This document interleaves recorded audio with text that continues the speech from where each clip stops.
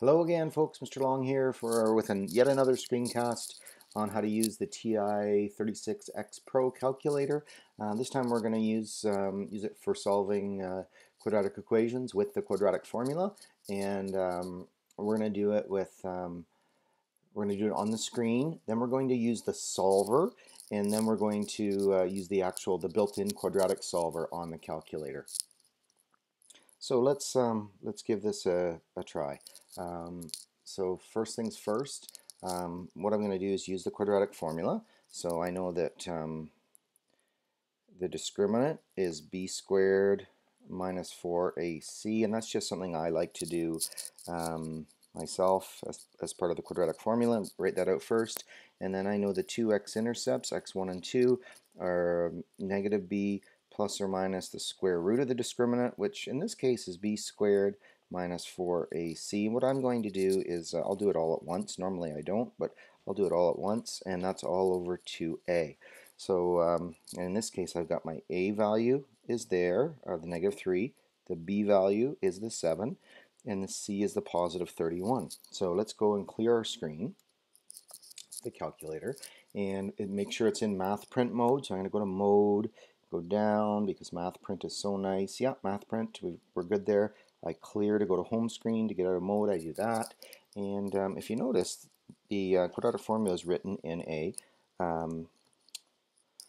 fraction. So negative b would be negative 7. Oh, by the way, when I look at this equation, do you think I'll have, will the discriminant be positive, negative, or 0? Well, I don't know. Let's see. I'm just looking at this, and I'm imagining that that's plus 31.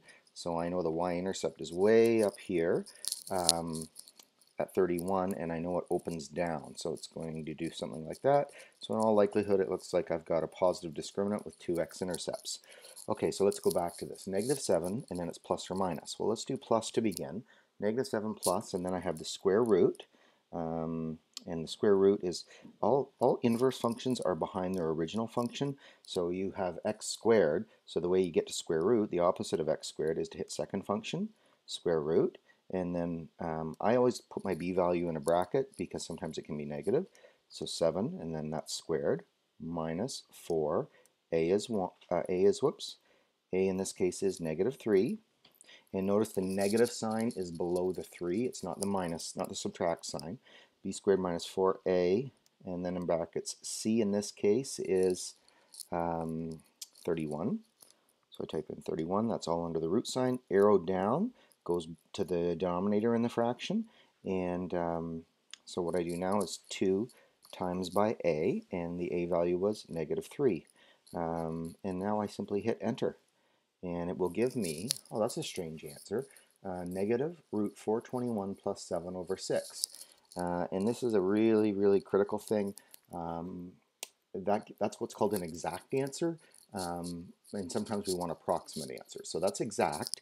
And then our approximate answer, the way I get an approximate answer with the calculator and math print is there's a button with 2 arrows right here. It's hard to see in this case because there's it's just they're shiny silver buttons, but it's right above the enter button at the bottom here. So if I press that, it'll give it to me in decimal form. So that's a decimal rounded to 3 decimal places.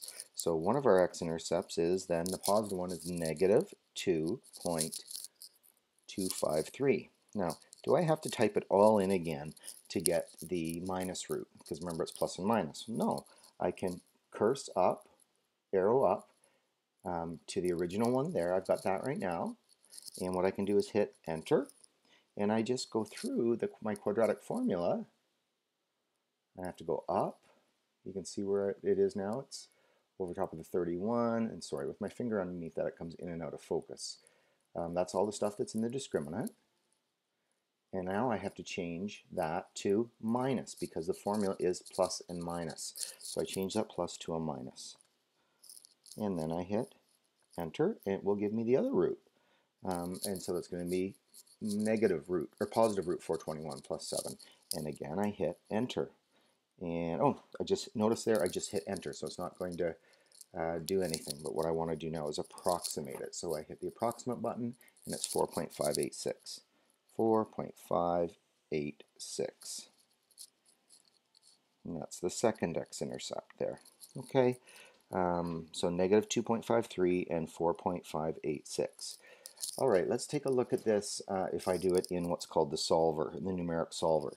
So that's a second way we will do it. So I'm going to press second function in the sign button, which gets me into the numeric solver, and I'm going to clear what's in there, clear, and I'm going to write my equation, negative 3x squared plus 7x, not that, so I just delete that, and plus 7x plus 31, and then that equals 0 on the right side. I hit enter, and you're going to notice something here. I'm just going to leave that one in. That's, again, our first guess. Now, the thing about the numeric solver is it only gives you one answer. So I'm going to hit enter and see what happens.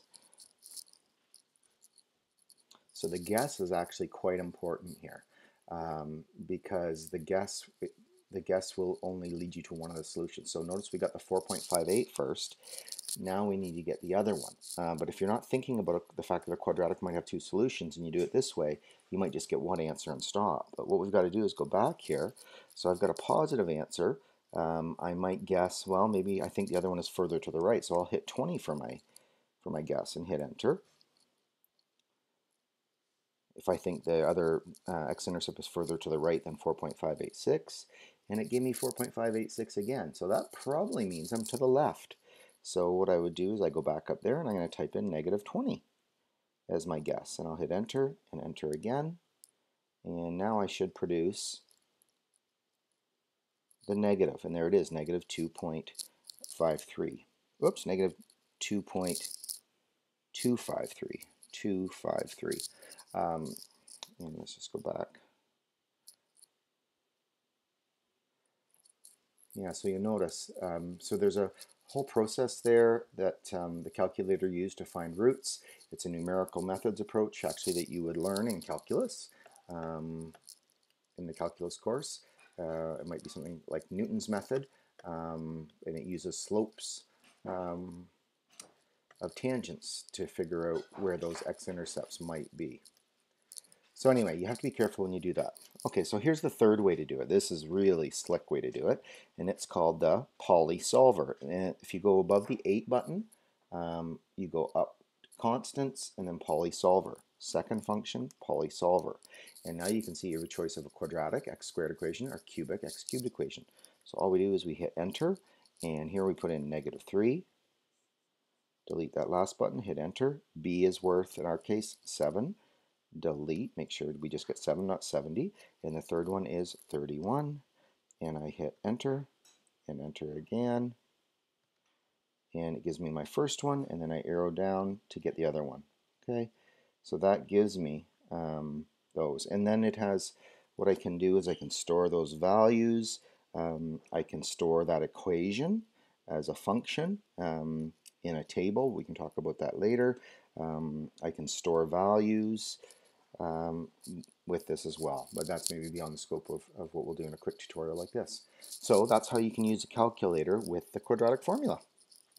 Thanks, folks.